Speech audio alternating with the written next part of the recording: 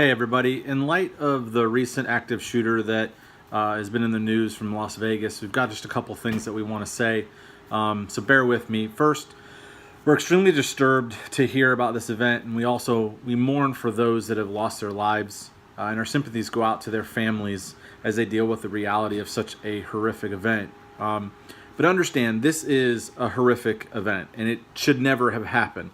However, it did, and I'd be remiss if I didn't discuss what we as citizens can do in the event we're involved in a similar incident.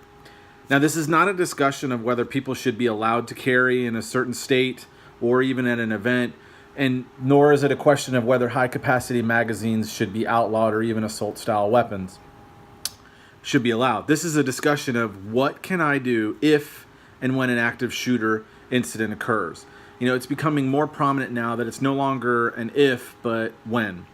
So in this specific situation, you have an active shooter that has a position of advantage, right? So he's in a tall building, has his targets are low on the ground.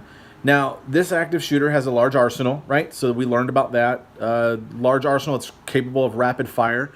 Now, we're not sure just yet if it is legally fully automatic or if it contains an enhanced trigger system. And the targets have limited cover and limited movement due to the size of the existing crowd. I think they said it was like 20,000 people there. Now, at this point, understand carrying or not carrying is a moot point because the option to return fire is non-existent, right? But that doesn't mean that you don't have anything that you can do or should do, right? In fact, this is where every citizen must have the knowledge to survive, regardless if you advocate carrying firearms or not. So what should we learn from this? Well, all training falls into three categories: weapon handling, mindset, and marksmanship. In weapon handling, we're really talking about equipment in this situation, and with marksmanship, we're talking about the specific application. So we, at Family Firearms Academy, we call it the combat triad, and it's the basis of all that we teach. When I say everything, I mean firearms and non-firearm related classes. So first and foremost, mindset. What can we learn from this incident? Well, we need to train for active shooter scenarios, but not just the deployment and use of our weapon, but our actual reaction to it.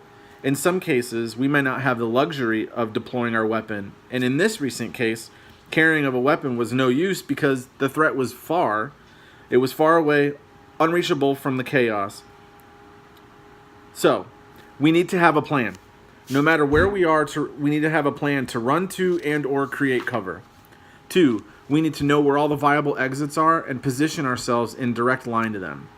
3, we need to know your surroundings, situational awareness, how to recognize signs of distress, like people screaming, fast sequence of what sounds like fireworks in a fast succession, but no visible sign of them, and knowing how to maneuver in and around crowds.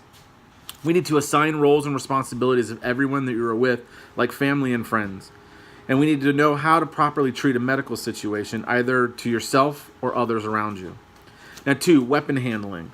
So we're talking in this example specifically about equipment. So 1, we need to evaluate what type of equipment we are willing to have on our person when we leave the house. Things like flashlights, cell phones, pepper spray, edged weapons, striking objects, medical supplies, and anything else you're willing to take with you. 2, we need to evaluate the use of backpacks, satchels, a purse, fanny pack, or anything you can wear to allow you to store more items.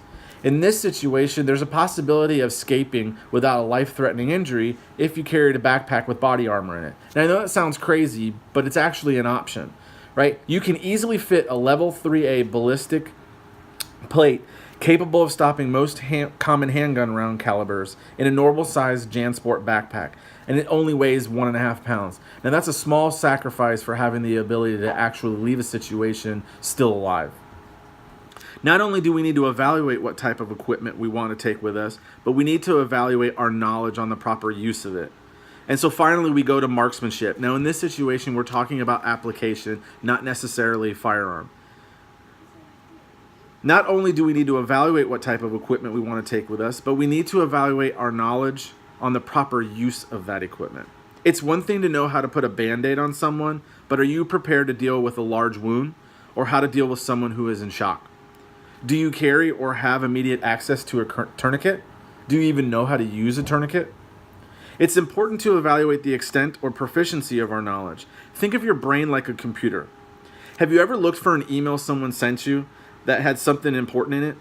How do you find it, right? So first you put either the name of the person who sent it or the subject into the search box in your email, and then usually it will look for that term. Now, if it doesn't find anything, it usually says no message found. Now, if you have a Mac like I do, then really just the pinwheel just keeps on spinning. Well, but if they did send it, then you get this long list of emails that have something to do with the text you typed in the search box. And then you just look through the emails to make sure you find what it is that you're looking for. Your brain does the same thing when it comes to information. If you've never trained for a specific or general task before, your mind goes blank and you act like a deer in headlights. You have nothing to reference, so your pinwheel just keeps on spinning.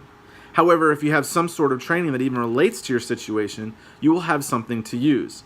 It may not be the exact answer for that specific situation, and you may not react as smoothly as you did when you first learned it, but at least you won't be a deer in headlights. You have a chance to change your outcome.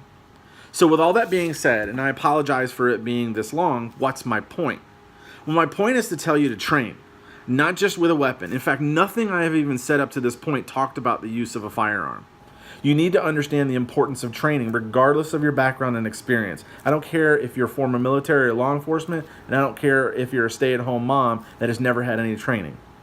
Now, please don't mistake this video for a shameless plug for our training. It's not. However, I'd be remiss for not making this video to encourage you to train with us because you're that important to us. Yeah, as cheesy as it sounds, you all have families just like us, and some of you have been customers since the very beginning. Now, selfishly, I want your family to remain safe and to make sure my family remains safe from an unintentional shooting or the denial of safety in an active situation because you failed to understand the seriousness of training. Join us in praying for everybody who was involved, not only those that have lost their lives, but their family members, because everyone has been affected. This is not a terrorist event. This is not something that is far-fetched. This is something that we're seeing that's becoming normal. And we need to be prepared for it. So join us not only in our training, but join us in our prayers for everyone that's been affected. Thank you, and God bless.